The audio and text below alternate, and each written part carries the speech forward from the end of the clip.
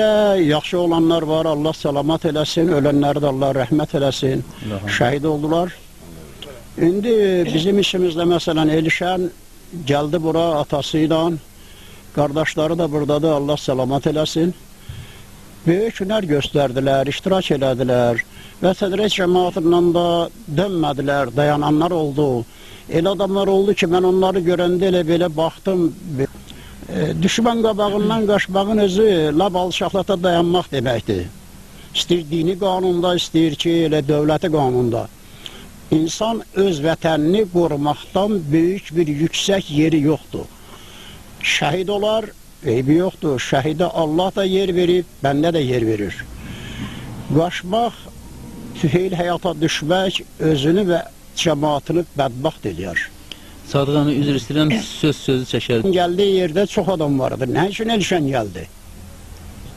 1000 dənə Elişənlər vardı, qoy 5 dənə Elişən də gələydi, ayrısı da gələydi. Bunun özü oradan bura gəlmək böyük haqqa sapdı. Elə belə düşünmək lazım deyil ki, məsələn, gəlib Elişən Gəncədən gəlib bura. Və mənim evimdəki durub getmir axı.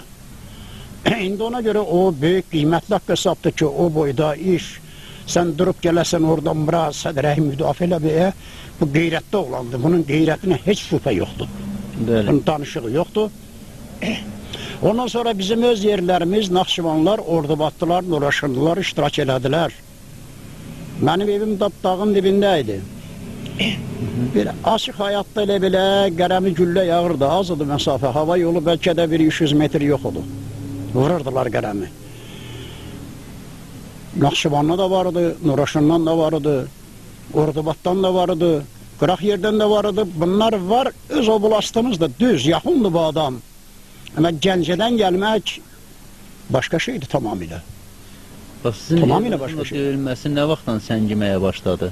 Bəli. Sizin evinizin o güllə yağışları ilə döyülməsi deyirəm, nə vaxtdan səngiməyə başladı? O döyüşlərdən xatirinizdə qalanı var? Döyüşlərdən belədir ki, döyüşlər oldu, nə qədər burada silahlar işləndi, onların tərəfindən, ermənilər tərəfindən.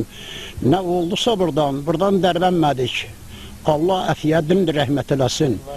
Əfiyyəddin bir kişi kimi qabaqda dayandı. Onun böyük əməyi var haqq hesabda. Çox köməkli elədi bizə hər sahədə. Elə onun işimizə gəlməyi böyük haqq hesabdır. Sonra da ki, xırda yenə vuruldular, baxdılar, əhəmiyyəti yoxdur. Azərbaycanla bəzi bu satqınları gəldi bura, kəndi qaçırsınlar, versinlər. Oranın fikirləri oydu. Məsələn, heç bir şey nə mənası var ki, insan bir adamın qeyrəti olmasa, qeyrəti olmayandan sonra istəyir padişah olsun, əhəmiyyəti nədir? Məna yox.